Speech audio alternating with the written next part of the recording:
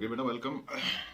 So today we are going to the part two of the lesson two of ninth English, that is Gulliver in Lilliput by Jonathan Swift.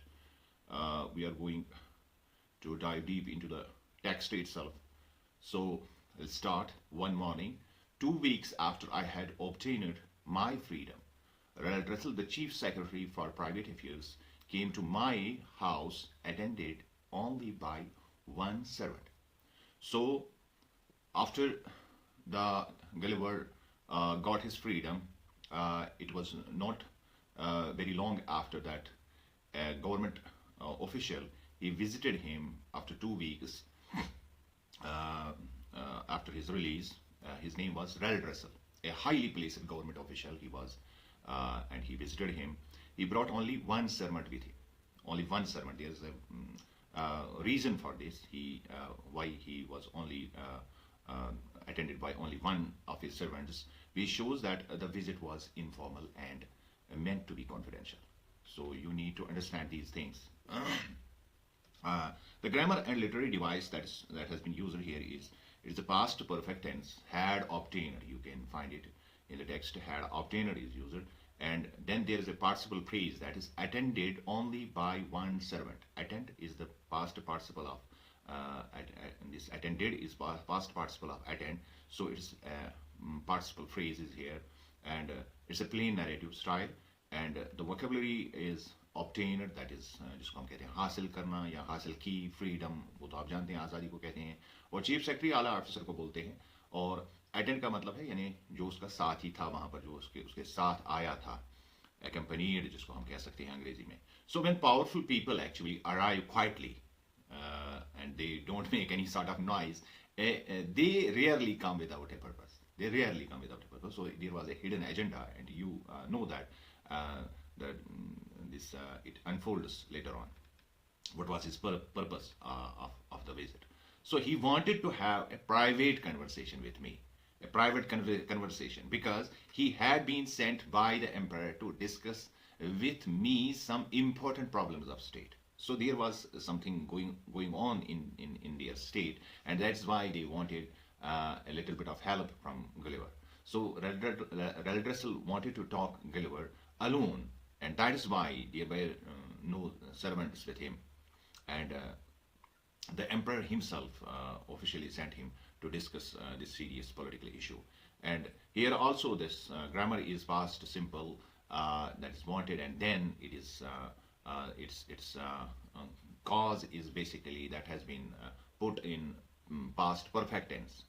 पहले भी मैंने आपको बताया कि कोई action पहले हुई है, उसके बाद का एक्शन जो है, जो पहले साहब का एक्शन हुई है उसको हम पास्ट परफेक्ट में रखते हैं, और जो उसके बाद होने वाली एक्शन जो होती है इट इज पुट इन, जिसको हम कहते हैं कि उसको पास्ट में रखा जाता है. तो here past perfect that is, but it's passive sentence, had been sent. तो यहाँ सब्जेक्ट खामोश है, और he was sent by the emperor himself. तो कॉज एंड इफेक्ट को यूज किया गया है बिकॉज के जरिए से, यानी चूंकि उसने भेजा था उसको तो वो उसी वजह से वहां आ गया था. So here again if we translate private conversation, यानी निजी एक गुफ्तगू है जिसमें ज्यादा लोग, जो सीक्रेट टॉक है उसके बारे में बात करने आया था. और एम्परर इज रूरल, और बादशाह को कहते हैं, और problem of state means a political issue was going to discuss. जो रियासती मसला होता है या मसाइल होते हैं उनको हम कहते हैं. सो it also tells us a brutal truth about the politics is private talks often decide public destinies, so far as the political private talks are concerned. Ab yaad rakhiye. So then we see this jisko hum kehte hain size based conversation, that is I received him with honor and offered to lie down so that he could conveniently speak to me, but he preferred to let me hold him in my hand during our conversation. अब यहाँ पर अगर आप देखेंगे कि irony और humour को इस्तेमाल किया गया है, तो इट्स वेरी ब्यूटीफुल, इसको आप समझेंगे. लेकिन ह्यूमर भी बड़ी एग्जैजरेशन की गई है इसमें, कि एक को ऐसा जाइंट की तरह रखा गया और एक को बहुत छोटा दिखाया गया है.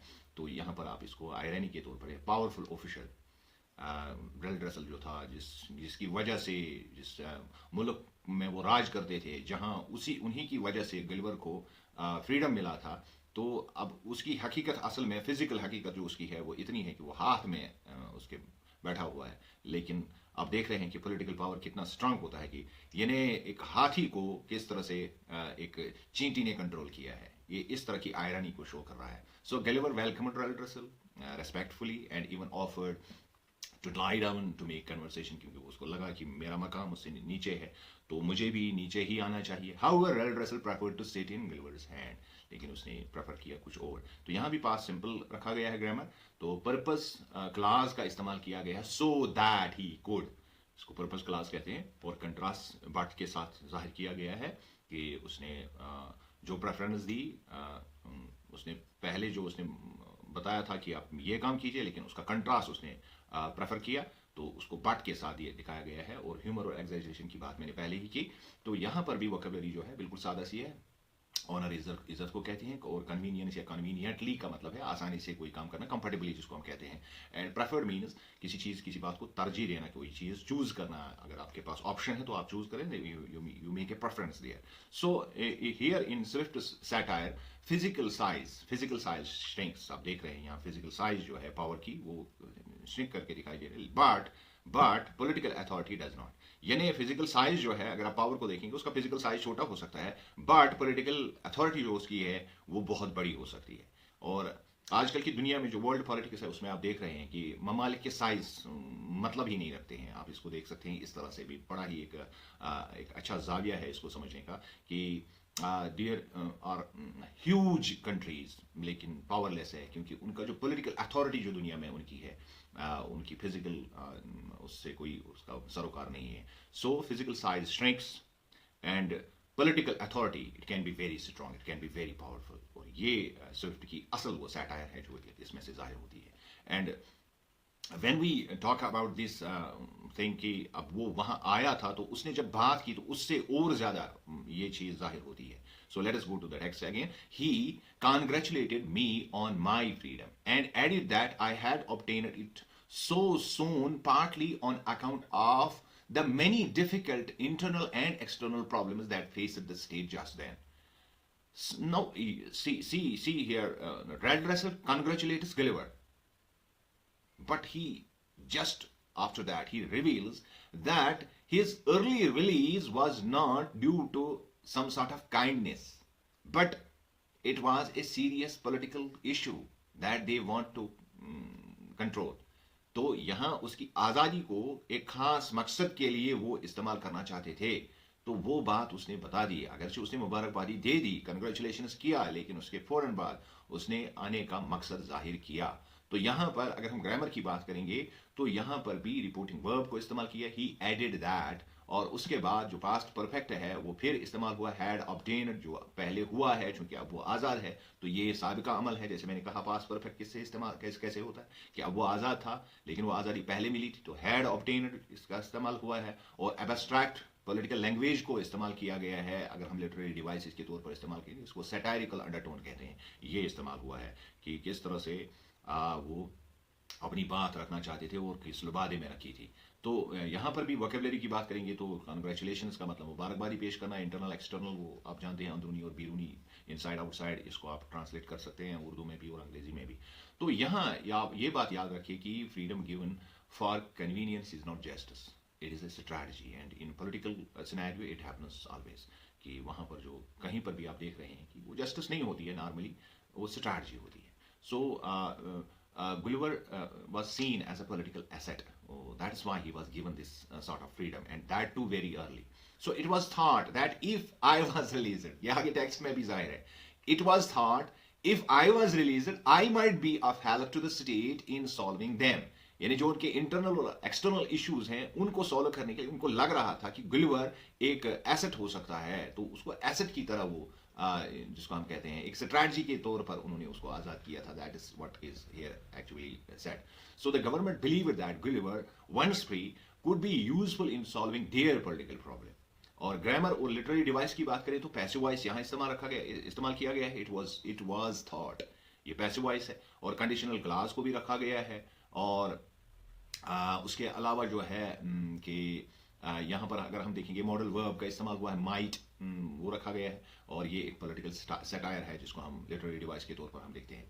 तो यहाँ पर रिलीज और बी हेल्प ऑफ, इसको आप एज वोकेबलरी देख सकते हैं, मददगार होना या किसी को रिहा करना इस जुमले में आता है। So when states release actually prisoners, it is often not mercy that speaks, यानी ये आप देखेंगे कि ये नीड होती है उनकी, it's often not mercy, it's need always and it speaks. और ये चीज़ आप आगे चलकर अपनी लाइफ में देखेंगे, इनका इन चीज़ों का, इन बातों का आपको जिसको हम कहते हैं कि इदराक हो जाएगा कि धीरे धीरे। सो पॉलिटिकल इश्यूज जो होते हैं उनकी एक, जहाँ जो पहले साबिका में कहा गया है कि इंटरनल इश्यूज भी थे और इनके एक्सटर्नल इश्यूज भी थे, तो वो आगे जब हम टेक्स्ट में देख रहे हैं कि वहां पर उनके इंटरनल इशू पहले क्या थे। Red Russell told me that Lilliputians were divided into two parties called high heels and low heels, according to the high or low heels of their shoes, which distinguished one party from the other. अब यहां पर जो political division था जो था, that was the people were divided into two political parties, two political groups based on height of their shoe heels. This is very insane, very satirical. यानी एक छोटा सा एक फैशन जो है उनको डिवाइड कर रहा है, एक छोटा सा फैशन। ये हील की बात नहीं है कि किसी की एड़ी बड़ी है और किसी की छोटी है तो थोड़ी बहुत तो इसकी सेंस बनती थी। It is only their choice, it is only their fashion that has divided them. और वो भी किस हद तक वो आप आगे देखेंगे। तो इसको भी अगर हम ग्रामर की कंस्ट्रक्शन यहां देखेंगे कि रिपोर्टेड स्पीच का इस्तेमाल हुआ है, पैसिव वॉइस हुआ है, रिलेटिव क्लॉज इस्तेमाल हुआ है, और एलेगोरी और सैटायर को यहां पर भी रखा गया है मुकद्दम, यानी इसी के तहत इसको रखा गया है। और सेंटेंस का स्ट्रक्चर ये हमें बताता है। तो यहाँ जो स्प्लिट था, जो तकसीम थी, जो डिवीजन था, वो आया है कि वो किस वजह से था, वो पार्टीज या ग्रुप बंदी किस वजह से थी। तो यहाँ स्विफ्ट जो है, he shows that politics can turn even fashion into ideology. और ये आइडियोलॉजी जो होती है ये बड़ी ही पेनेट्रेट करती है सोसाइटी को, सोसाइटी के अंदर, और उसके बाद बड़े बड़े डिविजन्स और फैक्शंस पैदा करते हैं। सो इट इज, और उनकी जो राइवलरी थी इतनी बिटर थी, जो टेक्स्ट से जाहिर होता है, they opposite each other bitterly, bitter का लफ्ज भी इस्तेमाल हुआ है, and hated each other so much that the members of one party would hardly eat, drink और talk with those of the other. This is the height of their rivalry. Yani the rivalry was so intense that the members of one party even they avoided even basic social interactions with each other. This is their rivalry. This is the bitterness. और यहाँ पर भी जो grammar की बात करेंगे तो जो बिटरली जो है एज इंटेंसिफायर, इसको बड़ी उससे देखा जाए, अपोज्ड ईच अदर, यानी जो अपोजिशन को बिटरली के जरिए से इंटेंसिफाई किया गया है, यानी उनकी अपोजिशन कितनी शदीद थी। और जो क्लास आगे जो रखा गया है, दैट्स अ रिजल्ट क्लास, उसको कि उससे क्या होता है, उससे क्या हुआ है, सो मच दैट, उस तरह से इसको रखा गया है और इसको एक हाइपरबोल बनाया गया है, यानी बड़ा चढ़ा के इसको पेश किया गया है कि इस तरह की इंटेंसिफायर और इस तरह का रिलेटिव क्लास जो है एज रिजल्ट क्लास इसको रखा गया है कि उससे फिर क्या हुआ, तो एक हाइपरबोल बनता है यहाँ पर। सो वोकेबलरी इज अगेन जो है बिटरली और हार्डली का इस्तेमाल हुआ है, यानी सख्ती से, मुश्किल से, ये एडवर्ब्स जो हैं एज इंटेंसिफायर्स इस्तेमाल हुए हैं। तो यहाँ पर भी आप देखेंगे कि when politics turns poisonous, humanity becomes the first casualty.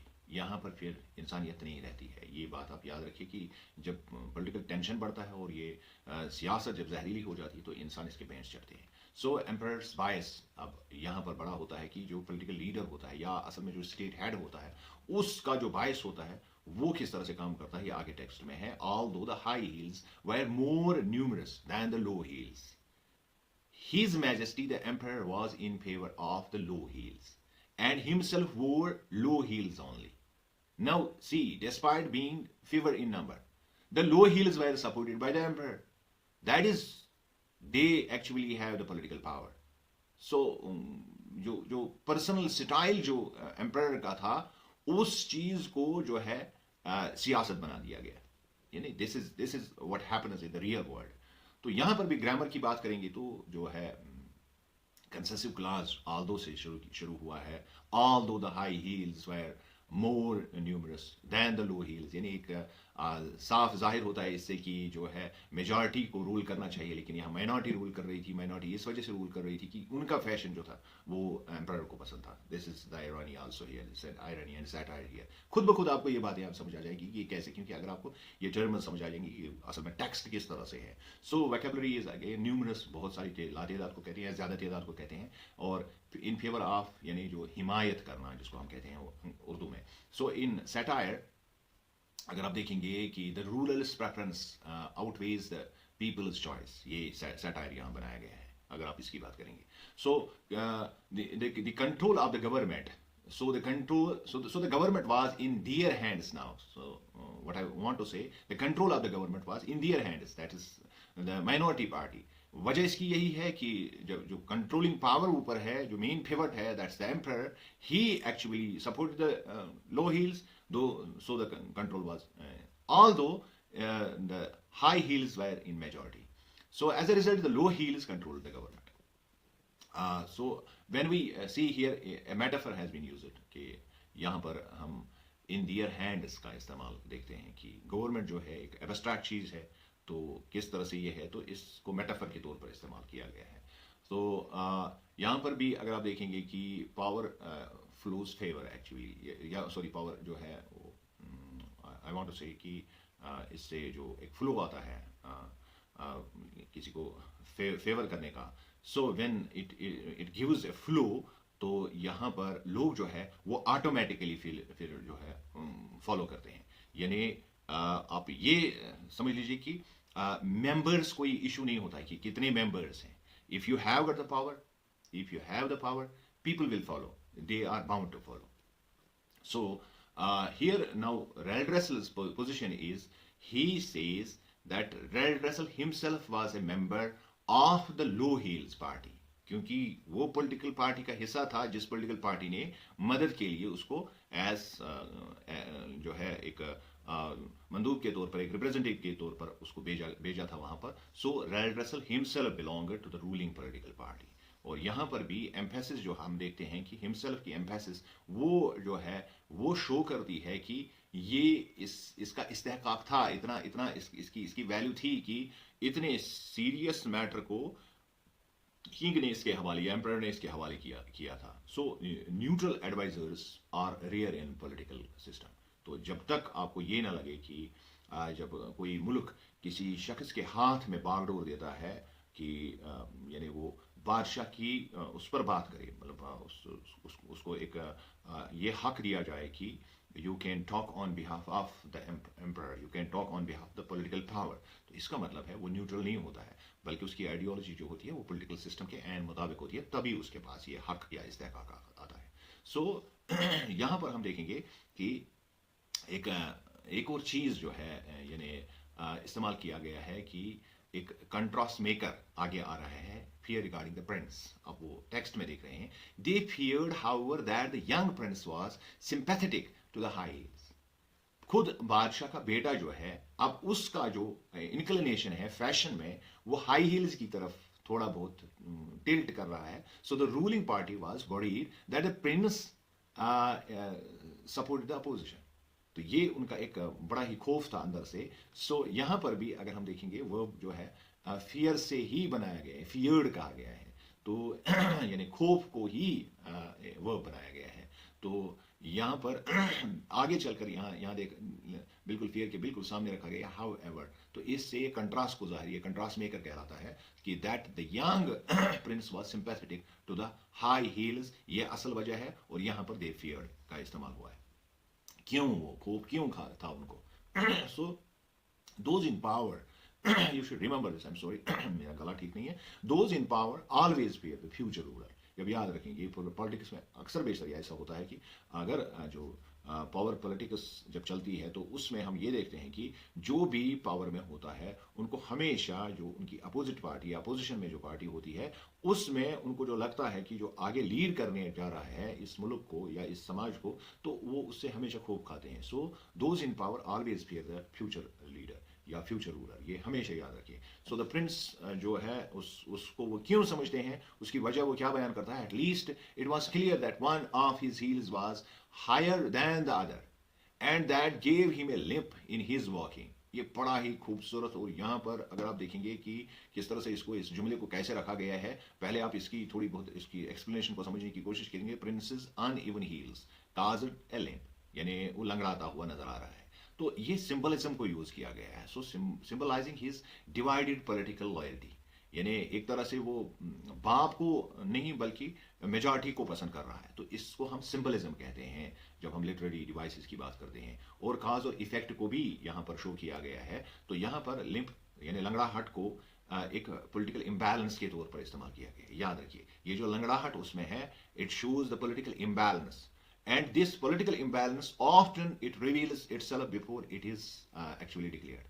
यानी ये बजाय खुद ही नजर आता है कि किसके क्या तेवर हैं आने वाले वक्त में। तो ये साफ जाहिर होता है उसकी बातों से, उसके फैशन से, उसके उठने बैठने से, किन लोगों के साथ वो बैठता है, क्या करता है, किस तरह से करता है, ये सारी बातें इससे नजर आती है। तो पॉलिटिकल इम्बैलेंस को शो करने के लिए उसकी लिप को जाहिर किया गया है, और ये बड़ा कमाल है जो जॉनथन स्विफ्ट है। So overall if we actually इस जितना एक्सट्रैक्ट हमने आज पढ़ा, तो इसको अगर हम देखेंगे कि through humour and exaggeration, Jonathan Swift exposes how petty differences, छोटी मोटी जो डिफरेंसेस होती है समाज में, personal bias and power politics जिसको हम कहते हैं, ये जो है सोसाइटीज को किस तरह से very these are very dangerous for the जो समाज होता है उसके लिए, सोसाइटीज के लिए काफ़ी काफ़ी समाज के लिए काफ़ी मुतासिर कुन होती है। और सैटायर से इसको प्रूव किया गया है कि समटाइम्स जब हम खतरनाक इश्यूज को अगर हम साफ लफ्जों में बयान नहीं कर सकते हैं, तो सैटायर को इस्तेमाल करके हम we can actually deepest truth जो सोसाइटी के होते हैं, बड़े ही गहरे राज जो होते हैं, वो सैटायर के थ्रू इनको बयान किया जा सकता है। Thanks a lot, thanks very much, अस्सलाम वालेकुम।